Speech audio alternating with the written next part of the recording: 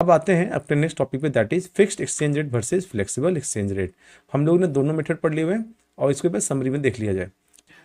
एक अनाउंसमेंट है कि क्लास 12 क्रैश कोर्स अब स्टार्ट होने वाले हैं बहुत जल्दी ही, और इसमें मैं आपको इकोनॉमिक्स और बीएसटी के टॉपिक चैप्टर्स और अलॉन्ग विद जो ओसवाल और एडुकार्ड के जो कुछ बुक्स हैं उनसे क्वेश्चंस मैं एक्सप्लेन करूंगा, डिस्कस करूंगा, along with past 10 years questions. ये सारी चीज़ें डिस्कस होंगी और पर्सनल गाइडेंस भी होगा। आपके परफॉर्मेंस जो टेस्ट लेंगे हम, उस पर जो आपका जैसा फीडबैक रहेगा, रिव्यू रहेगा, उस पर मैं आपको पर्सनल गाइडेंस दूंगा, कहाँ कहाँ आपसे मिस्टेक हो रही है, कैसे आप इम्प्रूव कर सको। तो जिन लोगों को इनरोल करना है वो ज़रूर कांटेक्ट करें और जल्दी से प्रोग्राम में इनरोल करें। Thank you. अगला टॉपिक है कि हमें फॉरेन एक्सचेंज का डिमांड क्यों करने की ज़रूरत है। आइए उसे देखते हैं। देखो, सबसे पहला कि हमें फॉरेन एक्सचेंज रेट, हमें दूसरी करेंसी क्यों चाहिए।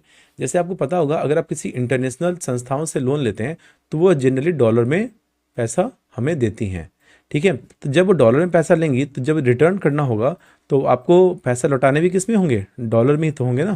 तो इसी को कहा जाता है रिपेमेंट ऑफ इंटरनेशनल लोन। जब आपने लोन डॉलर में लिया तो लौटाने भी आपको डॉलर में पड़ेंगे, तो आपको डॉलर मिलेंगे कहाँ से, उसके लिए आपको फॉरेन ट्रेड करना पड़ेगा, ठीक है। Next is investment in rest of the world. Suppose मैं अमेरिका जाके इन्वेस्ट करता हूँ, वहाँ जाके घर लेता हूँ, वहाँ पे जाके अपनी कंपनी सेट करना चाहता हूँ, तो वहाँ पर रुपया तो काम चलेगा नहीं, वहाँ पर तो मुझे क्या करने होंगे, वहाँ पे मुझे डॉलर में इन्वेस्ट करना होगा। तो लेकिन डॉलर आएगा कहाँ से अगेन, तो मैं अब जाऊँगा अपने रुपीज़ जमा करूँगा बैंकों में, मैं उनसे डॉलर मांगूंगा। तो ये हो गया हमारा second topic, that is investment in rest of the world. तीसरा, इंपोर्ट। अगर आप दूसरे देशों के सामान खरीद रहे हो, ठीक है, जैसे कि मैंने माइक्रोसॉफ्ट ऑफिस खरीदा, मैंने इसका प्रीमियम मेंबरशिप लिया, तो मैं जब पेमेंट कर रहा था तो मुझे ये पैसे जो थे ना एक्सचेंज रेट के हिसाब से कटे, क्योंकि ये तो अमेरिकन कंपनी है, ये तो रुपया तो लेगी नहीं, ठीक है। तो जब भी हम इंपोर्ट करते हैं, दूसरे देश से सामान मंगाते हैं, तो हमें फॉरेन एक्सचेंज की जरूरत होती है। Next is direct purchases abroad.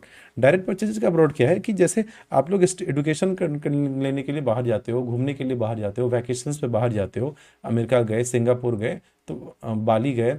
सो अब जब भी आप जाते हो तब फिर आपको उस देश में आप जाते हो, कुछ सामान खरीदते हो, टॉय खरीदा, कुछ चीज़ें खरीदा, या अपने एडुकेशन पढ़ाई करने के लिए बाहर गए, हेल्थ का इलाज कराने के लिए बाहर गए, तो फिर अगेन आपको उस देश की करेंसी की तो जरूरत पड़ेगी, आपको फॉरेन एक्सचेंज की जरूरत पड़ेगी, ठीक है। तो इसे कहते हैं डायरेक्ट परचेज अब्रॉड, और दिस इज द रीज़न कि हमें क्यों जरूरत पड़ती है। फिर next point is grants and donation. देखो, अगर मान के चलो अमेरिका इंडिया में कुछ भूकंप आ गया, बाढ़ आ गया, अमेरिकन्स जब हमें पैसा देना चाह रहे हैं, ठीक है, ये आप ऐसे समझो, आ, नेपाल में भूकंप आया था तो नेपाल की इकोनॉमी बहुत ख़राब हो गई थी, तो इंडिया उसे करेंसी देना था, डोनेशन कर रहा था। तो जब भी हम डोनेट करेंगे तो अब वहाँ तो अगेन आई मीन नेपाल में तो इंडियन रुपये तो चलेगी नहीं, वहाँ तो क्या चाहिए, या तो आप उसे डॉलर दो या तो उसे करेंसी दो। तो हम जब भी किसी देश को ग्रांट और डोनेशन देते हैं तो हमें फॉरेन एक्सचेंज में ही देते हैं, क्योंकि हमारी करेंसी चलेगी नहीं। तो वो जनरली बोलते हैं कि आप जो वर्ल्ड वाइड एक्सेप्टेड करेंसी है आप मुझे उसमें पेमेंट दो, ठीक है। तो ये हमारा grants and donation. Next payment is payment of income. So demand for foreign exchange in the domestic economy also arises for the payment of factor income which are sent to abroad, ठीक है।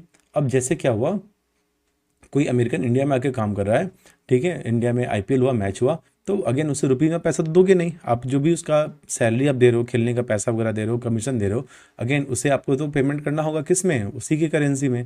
तो आपको फिर foreign exchange की जरूरत पड़ेगी कि नहीं पड़ी, बिल्कुल पड़ेगी। देन है स्पेकुलेटिव ट्रेडिंग। अगर आप कोई शेयर मार्केट में इन्वेस्ट कर रहे हो, फॉरेन कंपनियों के शेयर्स खरीदे हो, ये सब खरीदे हो, तो वहाँ पे क्या होगा, जैसे मैं अमेरिकन कंपनी का शेयर खरीदना चाहता हूँ तो वहाँ तो रुपये चलेगी नहीं, फिर वहाँ पे मुझे डॉलर में खरीदना पड़ेगा। तो स्पेकुलेटिव ट्रेडिंग में हमें इसकी ज़रूरत होती है, ठीक है। Next is components of supply of foreign exchange rate और सोर्सेज ऑफ फॉरेन एक्सचेंज। हमें आखिरकार फॉरेन एक्सचेंज रेट कहाँ कहाँ से मिल सकता है, तो just opposite of demand one. तो जैसे हम अगर बहुत ज़्यादा एक्सपोर्ट करेंगे तो अमेरिकन मान के चलो कि हमने दूसरे देशों को सामान काफ़ी ज़्यादा बेचा, तो वो अगेन पेमेंट किस में करेंगे, फॉरेन करेंसी में करेंगे, तो हमें उससे फॉरेन एक्सचेंज रेट का सप्लाई हमारे यहाँ बढ़ जाएगा। Investment from rest world. अगर हमारे जैसे हमारे प्राइम मिनिस्टर जी का वो जो नारा है make in India, make in India क्यों है, जब इंडिया में आओगे, जब आप इंडिया में इन्वेस्ट करोगे, बनाओगे, इंडियन में जब आएंगे, तो वो अमेरिकन कंपनी या कोई भी बाहरी कंपनी इंडिया में आती है तो वो इन्वेस्ट करेगी, तो वहाँ पे क्या होगा, फॉरेन एक्सचेंज सप्लाई हमारे यहाँ बढ़ जाएगी। Direct purchases by rest of the world, अभी हम दूसरे देशों में घूमने गए थे, अब दूसरे देश से लोग हमारे यहाँ आते हैं घूमने के लिए, ताजमहल देखने गए, कुतुब मीनार देखने गए, गोवा गए, तो ये जब भी बाहर से लोग देखने आते हैं तो अगेन वो अपने साथ अपने देश की करेंसी लेकर आएंगे और उससे हमें उनका स्टॉक मिल जाएगा, हमारे पास फॉरेन एक्सचेंज सप्लाई हमारे यहाँ बढ़ जाएगी। Loan from the rest of the world, IMF ने हमें लोन दिया, वर्ल्ड बैंक ने हमें लोन दिया, तो वो किस में देगा, वो तो डॉलर में ही देगा, ठीक है।